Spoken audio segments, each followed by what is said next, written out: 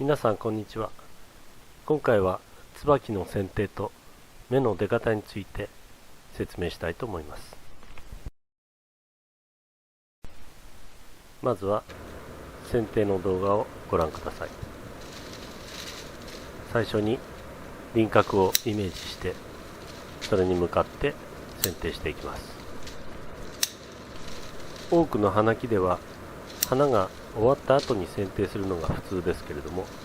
私は椿の場合は葉っぱの中に花が埋もれて咲いているよりも表面に出ていた方が引き立つと思うので、花が咲き始める頃の剪定でも良いと思っています。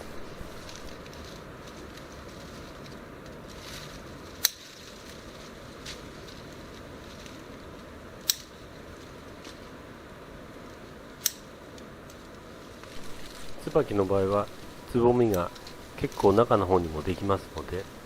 木を小さくする剪定をしてもある程度のつぼみを残すことはできます。この動画は1年前の2月に撮影したものです。基本的な切り戻し剪定についてはこれまでもたくさんお話ししてきましたので、今回は要所に限って説明したいと思います。剪定の動作についてはあまり意味を持たないので、この辺のところは早送りで飛ばしていきます。理想の大きさに近づいているかどうか、その点だけをご覧ください。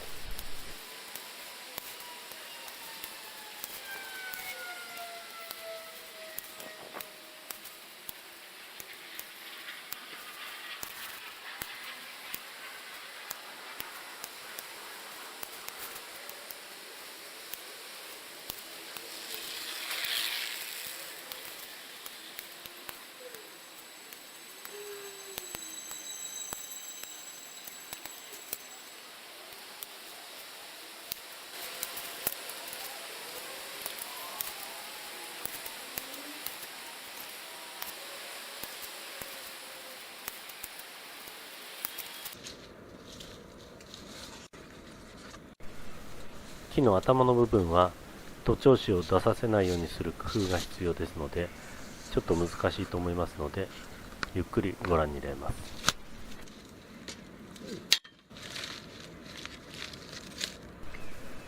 太めの枝の途中で切ってしまうと必ず徒長枝が出てしまいますので、なるべく小さい浮き枝に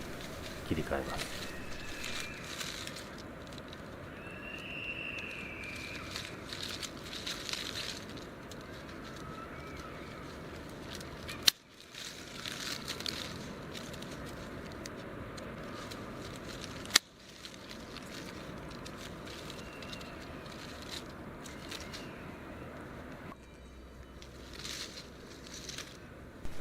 手で触れた時に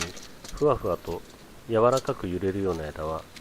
遠いところからここへ到達している可能性があるので、問題があることが多いです。出どころを手繰ってみて、あまり良い方向に伸びていないような枝だったら元から取った方が良いです。この枝の場合も右の方から左の方へ本来の自分の領域を越えて隣へ越境している状態となっています。私は勝手にこれを越境枝と呼んでいます。その枝先が形を形成していて、そこを取ったら穴が開いてしまうような場合でも、あまり枝の流れの良くないものは早めに抜いた方が良いでしょう。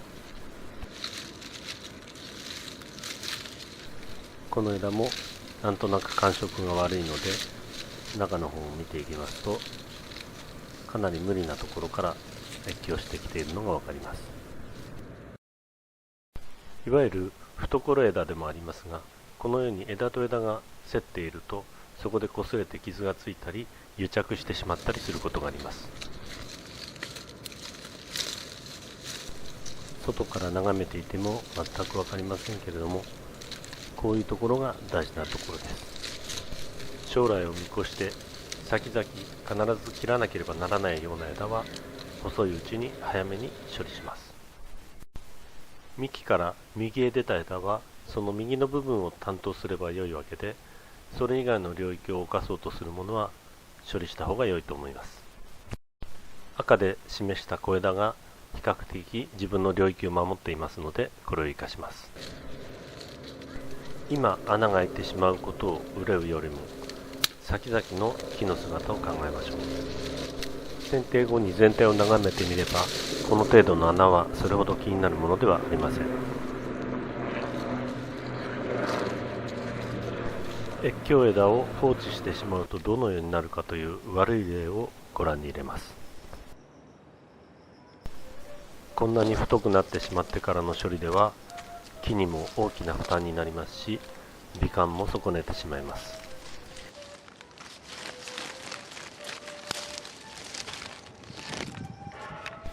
こんなになるまで抜けないというのは植木屋として失格です。お恥ずかしい限りです。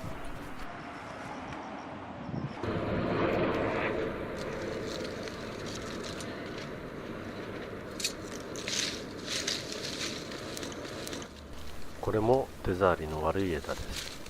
立ち枝として発生した枝がそのまま何年も放置されてしまった結果です。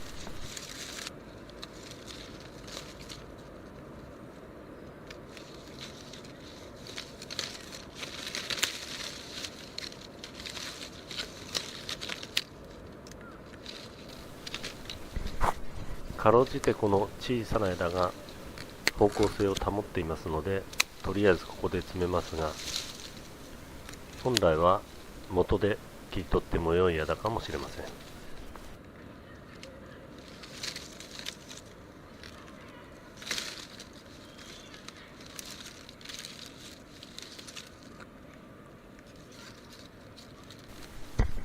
これは普通のつぼみを残した切り戻しです。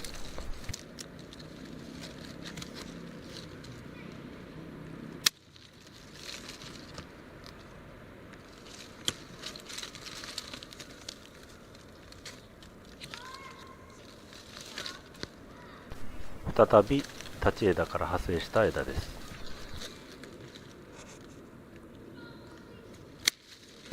一旦この小枝に切り戻してみますけれども、この方向で残しても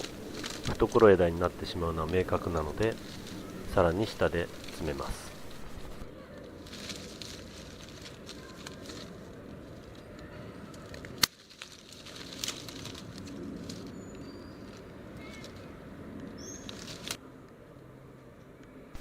枝の肌がつるんとしてまっすぐに伸びているような枝は、もともとが徒長枝だった可能性が高いです。徒長枝も木にとっては意味があり大事な枝なのだと思いますけれども、どうしても樹形を乱してしまいますので、折り合いをつけなければなりません。先ほどのように一旦脇枝に切り戻してみますけれども、このように残してもまた徒長枝が出てくる可能性は高いので、付け根で処理しておきます。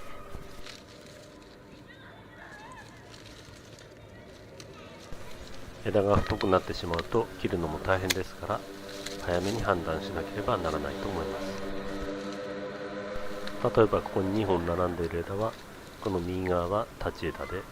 左側が良い方向に向かっています。この段階で切っておけば木にも負担が少なく、無駄枝を減らすことができます。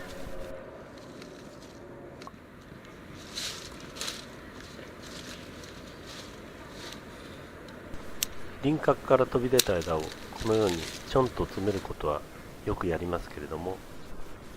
これは本当にその場だけの形作りに過ぎないということを理解しなければなりません。椿は枝先を詰められると、その枝をそのまま先へ延長したような伸び方をするからです。場合によっては脇枝を出さずに切られた分を延長するだけで終わってしまう場合があります。当然輪郭からはすぐはみ出てしまいます。例えばこれは矢印の切られた部分から新しく芽が出て枝となっている様子です。脇枝を出さず枝先だけを延長しています。次の例では枝先の延長とともに脇枝を出しています。もしこの部分で切っていたとすると、この部分がまっすぐ延長され、その下にある葉っぱの脇芽から小さい枝が出るということになります。この理屈で言うと、例えばここで切った場合は、ここから枝先を延長し、もしかしたらその下の葉っぱから脇枝を出すということになります。ですから、枝先だけで処理しても椿はちっとも小さくすることができないということになります。切り戻せる部分がなければ枝先を詰めるしかありませんが、その結果がどうなるかを理解しておくことは必要だと思います。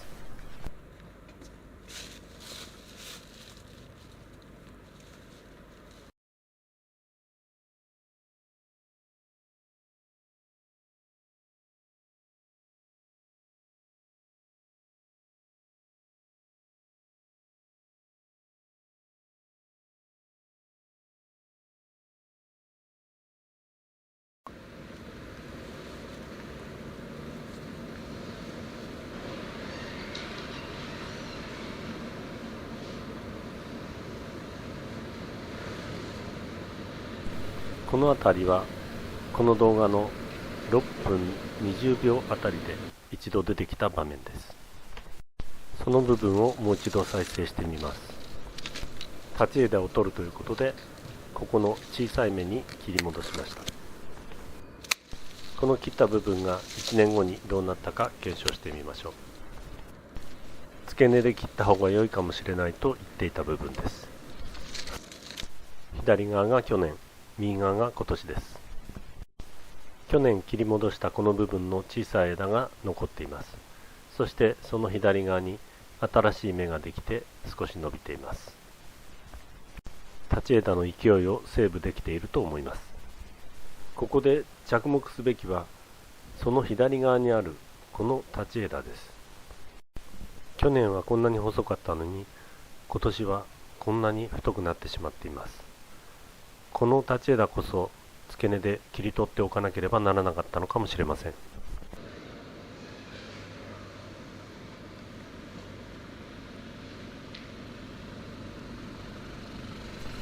まだ自分でも納得できない部分が多々あります。